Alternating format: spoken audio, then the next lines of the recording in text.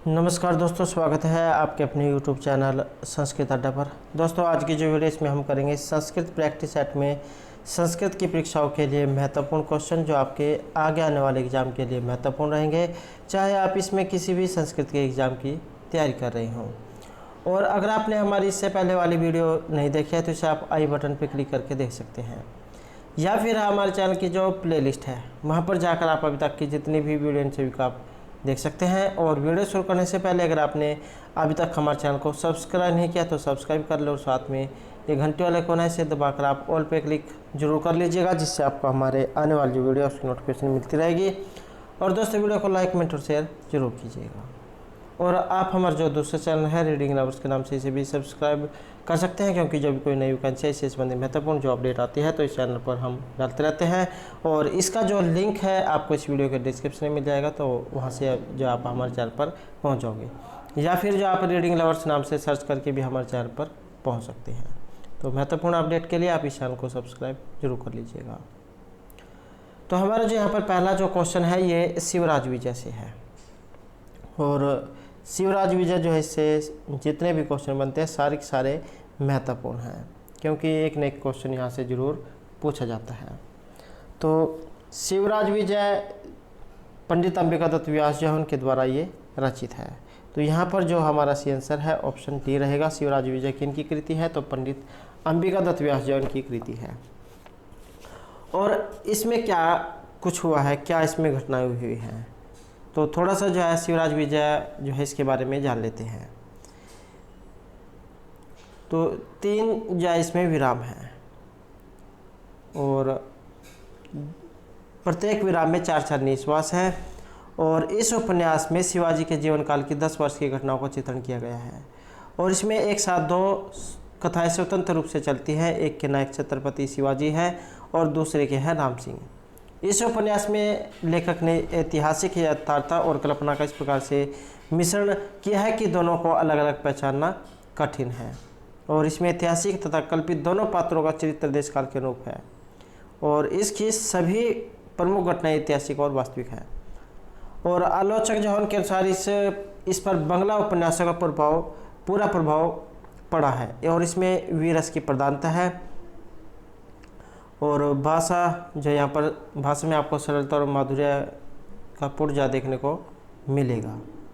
और इस उपन्यास में राष्ट्रीय चेतना, देश प्रेम और आत्म संरक्षण जो है उसकी भावना इसमें कुट-कुट कर भरी हुई है।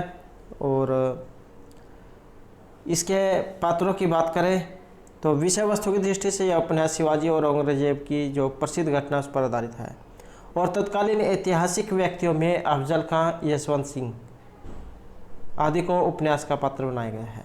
और अन्य पात्र जो इसमें गौर सिंह, श्याम सिंह, इनका भी जो मनोहर चित्रण है ये दिखाया गया है। और पंडित जो अंबिका दत्त व्यास है इनका जन्म हुआ था राजस्थान में। और राजस्थान में भी रावत जी की धूला जो गांव है वहाँ के ये रहने वाले थे। इनके जो पितामह हैं इनका नाम था राजा राम शास्त्री और पिता का नाम था दुर्गा दत्त। जन्म जो है इनका हुआ था अष्टमी संवत 1915 में और विक्रमी संवत 1858 में। और मृत्यु हुई थी मार्गशीर्ष कृष्णा 13 संवत 1957 और विक्रमी संवत 1900 में। और नवरात्रि के दिन इनका जन्म हुआ था, तो इसी कारण से इनका नाम अंबिका दत्त रखा गया था। और इनको कुछ उपाधियाँ दी गई थी, जिसमें अभिनव बाण, भारत रत्न, भारत भूषण, घटिका शतक, शतावधान, तो इन सभी से उपाधि से जो इन्हें अलंकृत किया गया था। और इनके बारे में अगर ज़्यादा आप विस्तार पूर्वक पढ़ना चाहते हैं तो इनके ऊपर जो हमारे द्वारा पहले वीडियो बनाई गई है, तो जिसमें जाकर जो आप इनके जीवन परिचय और इनका जो शिवराज विजय है इससे संबंधित महत्वपूर्ण क्वेश्चनों को देख सकते हैं। नेक्स्ट क्वेश्चन जो हमारा यहाँ पर रहेगा शिवराज विजय से। शिवराज विजय नामक ग्रंथे कस्य जीवन चरितम वर्णितम अस्ति। तो इसमें किनका जीवन चरित्र दिखाया गया है? और इसमें जो रहेगा तो ये ऑप्शन डी रहेगा हमारा। छत्रपति शिवाजी जो है इनका चित्रण इसमें इनका जो जीवन परिचय है ये इसमें रहेगा। नेक्स्ट क्वेश्चन है हमारा यहाँ पर करुण रस से। और ये जितने भी रस हैं तो जितने भी रस हैं सभी महत्वपूर्ण है, क्योंकि एग्ज़ाम में इनका जो यहाँ पर जैसे इसमें इसका वर्ण पूछा गया, इसका स्थायी भाव भी जो एग्ज़ाम में पूछा जाता है।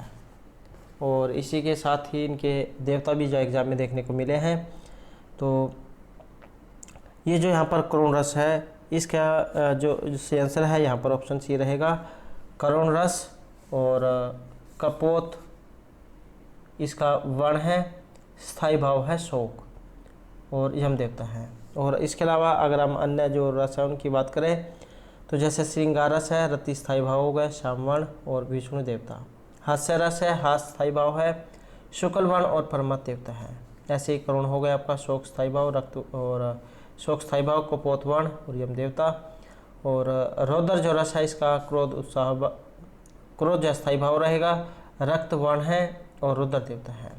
वीर रस उत्साह स्थायी भाव है, सुवर्ण वत इनका रंग है और महेंद्र देवता है। ऐसे भयानक है, भय स्थायी भाव, कृष्ण वर्ण है और यम देवता है। विभत्स जो रस है, जुगुप्सा का स्थायी भाव है, नीलवर्ण है और महाकाल देवता है।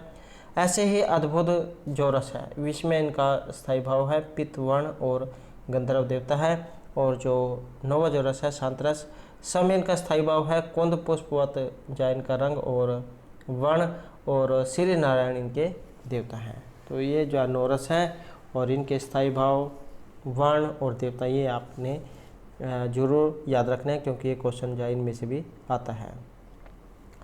नेक्स्ट क्वेश्चन है हमारा यहाँ पर महर्षि भभूति से, महाकवि भभूते कति रूपकाश्म उपलभ्यन्ते। ये जो महाकवि जो भभूति हैं, महर्षि भभूति, इनके द्वारा रचित जो रूपक मतलब नाटक कौन कौन से हैं या फिर कितने हैं। एग्जाम में नाम भी पूछा जा सकता है या फिर संख्या भी आ सकती है। तो यहाँ पर जो ऑप्शन ए रहेगा, संख्या 3 है। अब कौन कौन से हैं, जैसे महावीर चरित, मालती माधव और उत्तराम चरित। महावीर चरितम जो है इसमें अंकों की संख्या 7 है और प्रधान रस रहेगा इसमें वीर रस। और जो मालती माधव है इसमें अंकों की संख्या 10 है और इसमें है श्रृंगार रस। मालती और माधव जो उनकी प्रेम कथा इसमें दिखाई गई है। और जो आपका उत्तराम चरित है इसमें है 7 अंक और इसका जो रस है ये करुण रस है। नेक्स्ट है हमारा यहाँ पर एक ये श्लोक है और उसी के अंदर से जो यहाँ पर लाइन ये ली गई है, हे। तो यहाँ पर इसमें जो छंद है ये आपने बताना है।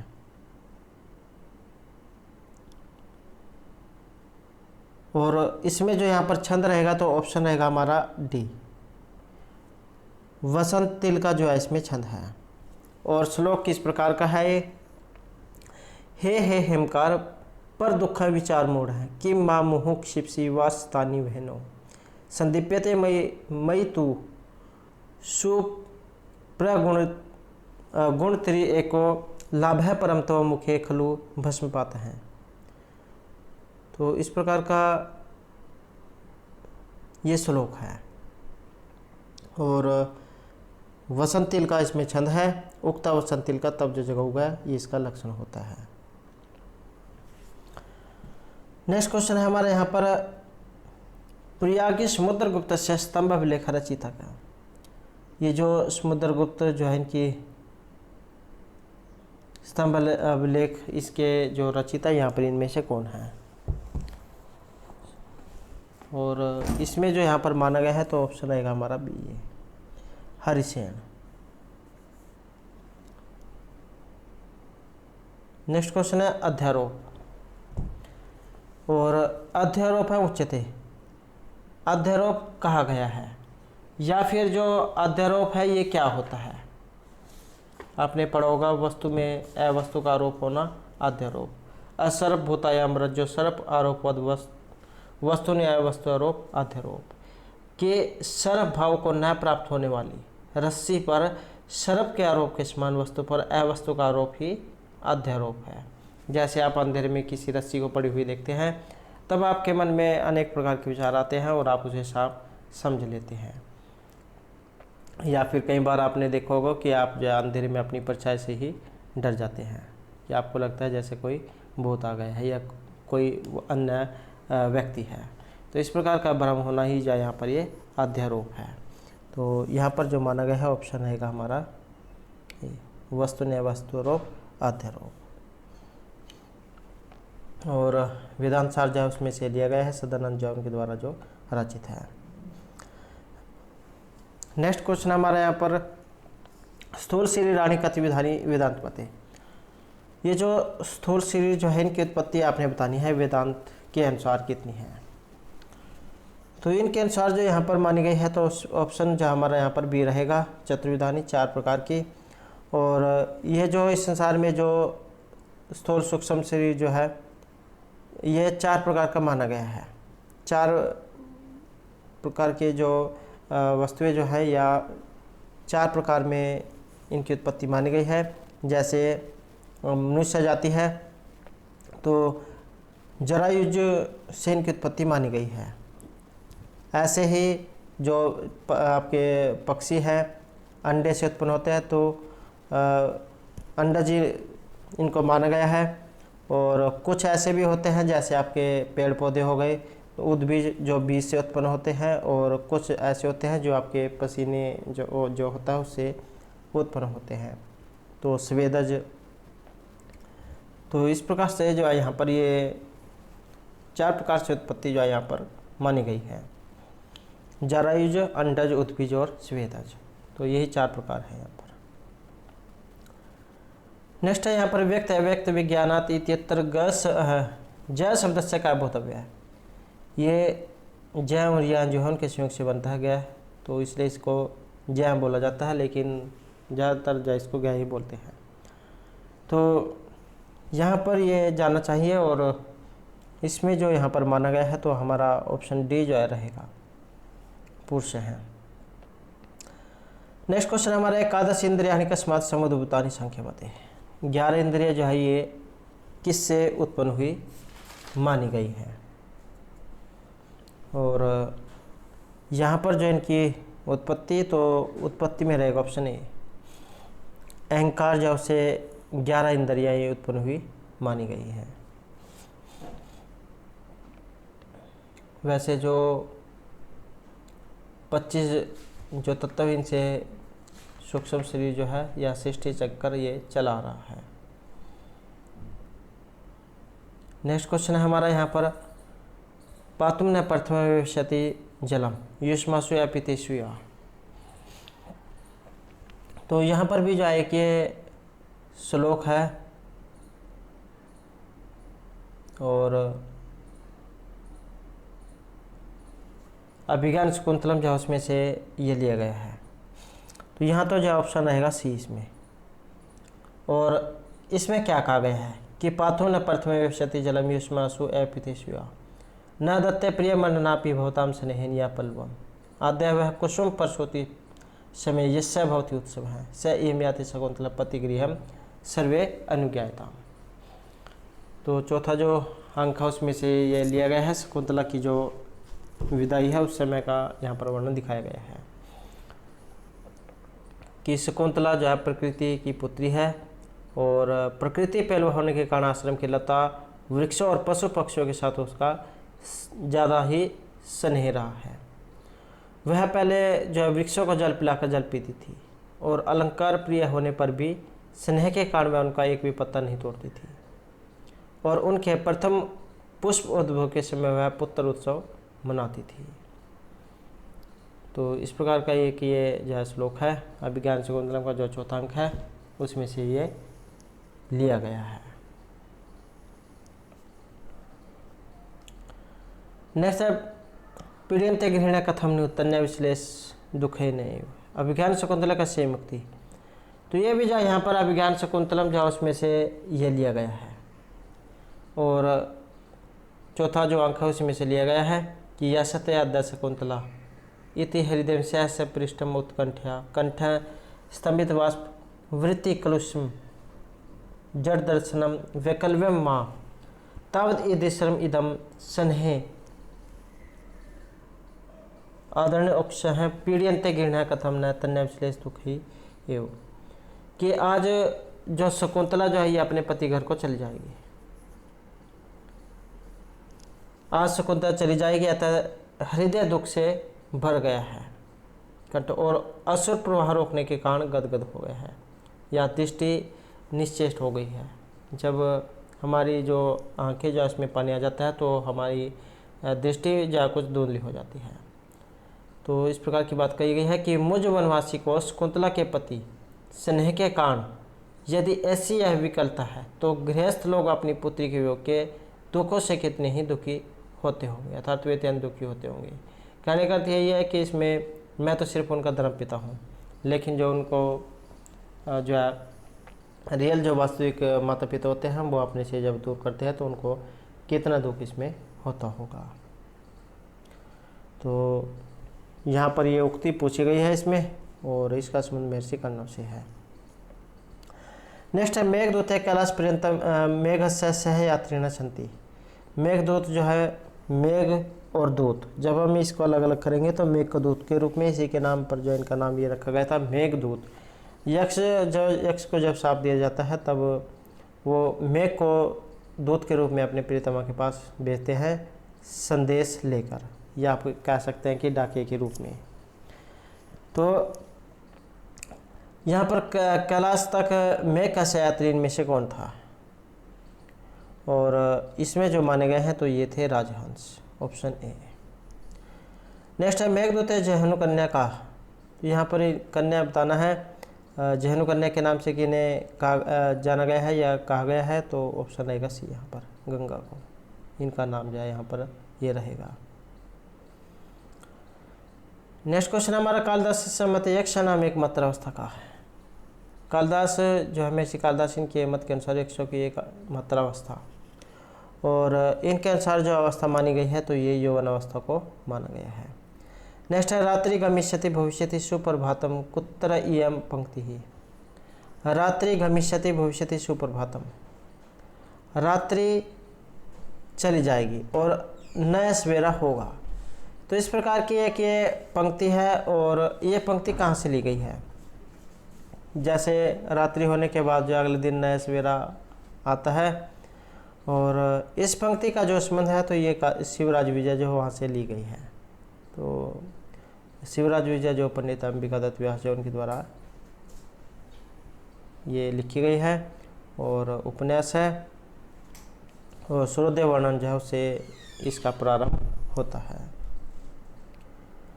नेक्स्ट क्वेश्चन हमारे यहाँ पर वैसा 16 वर्ष देशीय कंबुकंठ अयात ललाट से बहुविशाल हलोचना इति सर्वाणी विशेषणानि शिवराज विजय कस्में प्रयुक्तानि सन्ति। ये सभी जो विशेषण जो आए हैं, नाम ये जो आए हैं यहाँ पर शिवराज विजय में, ये किन के लिए प्रयुक्त हुए हैं।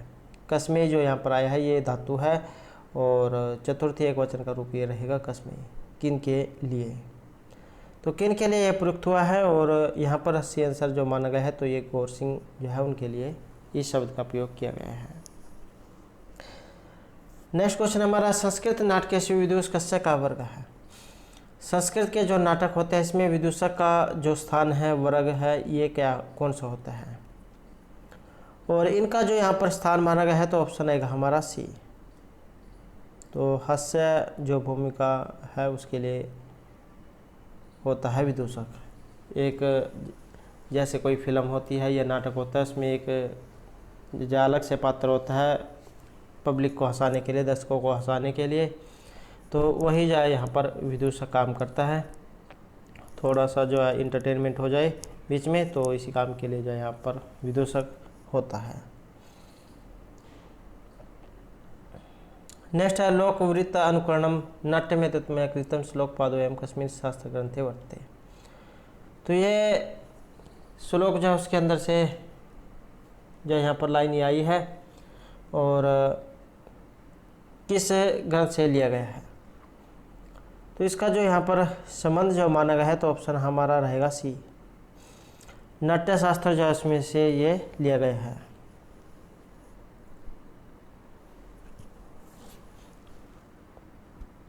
नाना भाव उत्पन्नम नाना अवस्थान्तरात्मकम लोकवृत्त अनुकरणम नाट्य में तत्मया कृतम।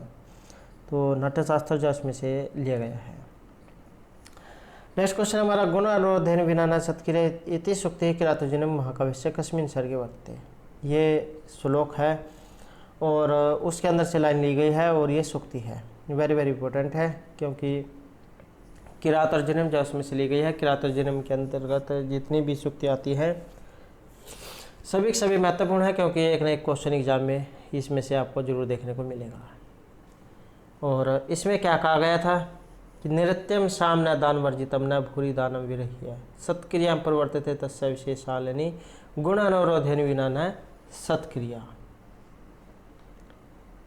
कि उस दुर्योधन की बाधा रहित शाम नीति दान के बिना प्रवृत्त नहीं होती, उसका प्रचुर दान सत्कार के बिना प्रवृत्त नहीं होता, विशेष रूप से शोभित होने वाला उसका सत्कार गुणों का विचार किए बिना प्रवृत्त नहीं होता, गुणी का ही वह सत्कार करता है। तो ये जो नीति शास्त्र जो है उसके अनुसार कार्य सिद्धि जो होते हैं उसके 4 उपाय बताए गए हैं, शाम दान दंड और भेद। और इन 4 उपायों के प्रयोग में दुर्योधन क्या था, अत्यंत निपुण था, बहुत तेज था। और इस श्लोक में शाम और दान के प्रयोग में उनकी निपुणता का निरूपण किया गया है। और क्या कहा गया है कि दुर्योधन प्रसन्न होने पर केवल वचनों का प्रयोग ही नहीं करता, अपितु साथ में कुछ धन भी देता है, और जिसे देता है उसको सत्कार पूर्वक देता है, और सत्कार भी वह गुणों को देखकर करता है। गुणों से संबंधित व्यक्ति का ही वह सत्कार करता है, गुणहीन का नहीं।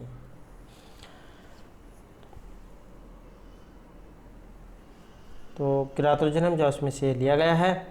और यहाँ पर ये सरग इसमें पूछा गया है, और सरग रहेगा ऑप्शन ए। तो प्रथम जो सरग है उसमें से लिया गया है 12वें श्लोक में से। नेक्स्ट है धुनोति ने कतिचित वृकोद्रह अतर वृकोद्रह का ये शब्द आया है यहाँ पर वृकोदर, और ये किन के लिए आया है। और यहाँ पर जो इस शब्द का अर्थ रहेगा ऑप्शन बी, भीम जौन के लिए वृकोदर शब्द जो है उनका प्रयोग किया गया है। नेक्स्ट है हमारा शिप्रावात है प्रियतमी प्रार्थना चाटुकार है अनैन पद्यान से संबंध है नगर विशेष है। और ये भी जो यहाँ पर एक ये श्लोक है उसके अंदर से लाइन ली गई है, दीर्घे कुर्वन पटु मद कलम कुजितम सासा नाम प्रत्युषेषु सफुटित कमलामोद मैत्री कसाय है यत्र स्थिर नाम हरती सुरत गलानी अनुकूल सिपरावत है प्रियतमी प्रार्थना चाटुकार है। तो इस प्रकार का एक ये यह श्लोक है, और उसमें से लाइन ली गई है कि जहाँ प्रातःकाल सिपरा का पवन खिले कमलों की भीनी गंध से महकता हुआ या महकता हुआ, कि जहाँ प्रातःकाल सिपरा का पवन खिले कमलों की भीनी गंध से महकता हुआ और सरसों की स्पष्ट मधुर बोली में चटकारी भरता हुआ, अंगों को सुखद स्पर्श देकर प्रार्थना के चटोरे प्रियतम की भांति स्त्रियों के रति जनित खेद को दूर करता है। और इसमें जैसे आप अगर आपको यह ना पता लगे कि कहाँ से लिए गए हैं, तो एक बार जो आप इसमें जो ऑप्शन जो दिए गए होते हैं इन पर भी नज़र मार सकते हैं, क्योंकि इससे आपको यह अंदाज़ा लग जाएगा कि कहाँ से लिए गए हैं। तो जैसे इसमें अलका भी आया है, विदिशा आया है, उज्जैनी, दसपुर, तो इसका जो यहाँ पर संबंध है ऑप्शन बी रहेगा, उज्जैनी। तो इसका अर्थ है कि ये मेघदूत जो है उसमें से लिया गया है। नेक्स्ट क्वेश्चन है हमारा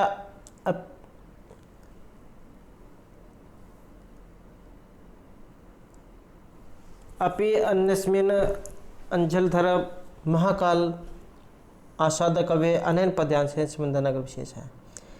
यहाँ पर भी जो एक ये श्लोक है, और उसी के अंदर से जो यहाँ पर लाइन ली गई है, और इसमें क्या कहा गया है कि है जलधर, ये जो यहाँ पर ये आया है जलधर, कि है जलधर यदि महाकाल के मंदिर में, महाकालम आसाध्य, कि है जलधर यदि महाकाल के मंदिर में समय से पहले तुम पहुंच जाओ तो तब तक वहां ठहर जाना जब तक सूर्य आंख से ओझल न हो जाए। शिव की संध्याकालीन आरती के समय नगाड़े जैसे मधुर ध्वनि करते हुए तुम्हें अपनी धीर गंभीर गर्जनों का पूरा फल प्राप्त होगा। तो ये श्लोक है, उसके अंदर से लाइन ये ली गई है। नेक्स्ट क्वेश्चन हमारा, पराभवी उत्सव एवं मानी नाम। स्वाभिमानी जो व्यक्ति होती है उनके लिए पराभवी उत्सव के समान होता है। इस प्रकार की युक्ति है किरातोर्जुनम झा, वहाँ से ये ली गई है, जो महर्षि भारवी झा उनके द्वारा रचित है और महर्षि भारवी झा नाटकों के लिए जाना जाता है। नेक्स्ट क्वेश्चन हमारा यहाँ पर, वर्जंती तय मूर्ति है पराभव भवंती मायुष्य न माइन है। तो यहाँ पर भी जो है कि ये श्लोक है कि वर्जंती तय मूर्ति है पराभव भवंती मायुष्य न माइन है, पूर्विश्य ही गणंती सठा तथा विधानम सवृतंग निश्चिता इव ईश्व है, कि वे मूर्ख बुद्धि के लोग पराजित होते हैं जो मायावी अर्थात शत्रु लोगों के साथ मायावी नहीं बनते हैं, क्योंकि दुष्ट लोग उस प्रकार के सीधे साधे निष्कपट लोगों में उघाड़े हुए अंगों में तीक्ष्ण बाणों की भांति प्रवेश करके उनका विनाश कर देते हैं। तो ये जो सूक्ति है इसका अर्थ यही है कि जो दुष्ट व्यक्ति जो होते हैं उनके साथ दुष्टता का व्यवहार करना चाहिए। और इस श्लोक में कहा गया है कि जैसे मायावी दुर्योधन को जीतने के लिए तुमको अपनी या धर्मात्मा पाने की नीति छोड़नी होगी। तुम्हें भी उसी तरह मायावी बनना होगा जिस प्रकार उगड़े शरीर में तीक्ष्ण बाण घुसकर अंगों का नाश कर देते हैं, और उसी तरह से निष्कपट रहने वालों के बीच में उसकी कपटी शत्रु भी प्रवेश कर लेते हैं और उसका सत्यानाश कर देते हैं। ये सभी जो आपके किरातोर्जुनम जो है उसके अंदर से ये लिए गए हैं। नेक्स्ट क्वेश्चन है यहाँ पर, सफोटता न पदेर अपकृत न च स्वीकृतम अर्थ गौरवम। यहाँ पर भी जो श्लोक है और उसी के अंदर से जो यहाँ पर ये लाइन ली गई है। और कहाँ से ली गई है, तो इसका जो यहाँ पर संबंध है ऑप्शन है हमारा ए में, किरातोर्जुनम जो है उसमें से ये ली गई है।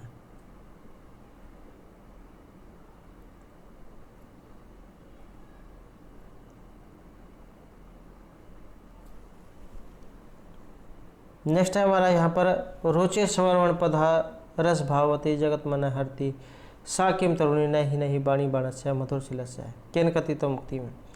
तो यहाँ पर ये जो उक्ति आई है ये किन के द्वारा रचित है, और इसका जो संबंध है तो ऑप्शन रहेगा हमारा ए, धर्मदास, उनके जो यहाँ पर ये उक्ति है। नेक्स्ट क्वेश्चन है हमारा यहाँ पर, कादम्बरी से। ये जो कादम्बरी जो है इसका जो उत्तरार्ध भाग है ये इनमें से किन के द्वारा लिखा गया है, ये इसके रचयिता कौन है। तो जैसा कि आपको पता है कादम्बरी जो है दो भागों में बटी हुई है, पूर्वार्ध उत्तरार्ध में। पूर्वार्ध भाग जो है महर्षि बाणभट्ट जो उन्होंने स्वयं लिखा था, लेकिन किसी कारण जो है बीच में इनकी मृत्यु हो जाती है, तो उसके बाद इनके जो पुत्र है पुलिंद भट्ट या भूषण भट्ट जो वो इनको पूरा करते हैं। तो ऑप्शन बी जो यहाँ पर रहेगा। और ये जो आपकी कादम्बरी है ये है काव्य विधा में कथा, और गुणाढ्य की वृत्त कथा इसका आधार ग्रंथ है। श्रृंगार रस है इसमें, चंद्रापीड़ और पुंडरीक इनके 3 जन्मों की कथा इसमें दिखाई गई है। चंद्रापीड़ नायक है और कादम्बरी इसकी नायिका है। ऐसे ही पुंडरीक उपनायक हो गए और उसकी है महाश्वेता। नेक्स्ट क्वेश्चन है हमारा यहाँ पर, ताल्य विश्व अंतर्भवती। ये जो उच्चारण स्थान जो है उनसे ये ली गई है, और उच्चारण स्थान वाला भी एक क्वेश्चन जो एग्जाम में जरूर आता है। इनके ऊपर भी हमारे द्वारा पहले वीडियो बनाई गई है। तो क्वेश्चन अगर आप देखना चाहते हैं तो हमारे चैनल की प्लेलिस्ट में जा आपको वो वाली वीडियो मिल जाएगी। तो बात करें यहाँ पर तालु की, तो इसमें ये सूत्र आता है इच ऐसा नाम तालु, इकार चवर्ग य और श, तो इन सभी का जो स्थान है ये तालु से होता है। तो ऑप्शन डी यहाँ पर रहेगा। अगला क्वेश्चन है जिह्वा मूल्य से। जिह्वा मूल्य जो वर्ण है ये कौन सा होता है, और जिह्वा मूल्य जो है यहाँ पर इसमें रहेगा हमारा ऑप्शन ए, का जो वर्ण है जीव मूल्य यहाँ पर माना गया है। नेक्स्ट है हमारा उपपद मान्य वर्णास्थि। ये जो पद मान्य जो वर्ण है ये होते हैं। और उपपद्यमान नाम ओष्ठव, ये आपने पढ़ा होगा। तो उकार पूर्वक और उपपद मान्य का जो उच्चारण स्थान है ये होठ से होता है।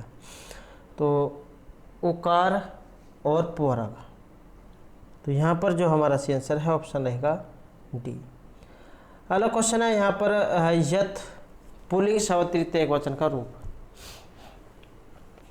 तो यहाँ पर जो पुल्लिंग है इसमें आपने बताना है।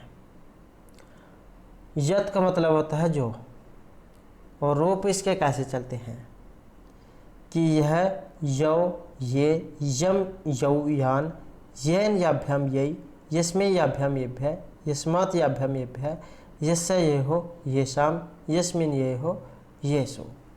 तो आसान जो शब्द रूप है, अगर एक दो बार भी आप इसी से ध्यान लगा कर पढ़ लोगे तो आपको याद हो जाएगा, कभी आप नहीं भूलोगे। तो तृतीय एकवचन जो है इसमें आपने बताना है, और तृतीय एकवचन का जो रूप है यहाँ पर ऑप्शन रहेगा सी में, ये। और प्रथम एकवचन इसमें बनेगा आपका य, और जो यम है ये बनता है द्वितीय एकवचन में, और जो यस्मात् है ये बनेगा आपका पंचमी, जैसे आपने राम का शब्द रूप याद किया होगा। और नेक्स्ट जो यहाँ पर आया है ये चतुर्थीय एकवचन का पूछा गया है। तो चतुर्थीय एकवचन में, और चतुर्थीय एकवचन में रहेगा ऑप्शन डी हमारा, यस्मी जो आया है ये आपका चतुर्थीय एकवचन का रूप है। नेक्स्ट क्वेश्चन हमारा यहाँ पर नीलोत्पलम। ये जो नीलोत्पलम जो यहाँ पर आया है इसमें समास जो आपने बताना है कि इसमें समास कौन सा है। नीलोत्पलम, नीलम उत्पलम, लौकिक विग्रह है, नील से उत्पल सो अलौकिक विग्रह है। और समास कौन सा है, तो समास रहेगा यहाँ पर ऑप्शन सी, कर्मधारय समास। और जो कर्मधारय समास है ये तत्पुरुष समास का ही भेद है। नेक्स्ट है हमारे यहाँ पर समास से प्रथमा निर्दिष्टम उपसर्जनम को उत्तर प्रयोक्तव्यम।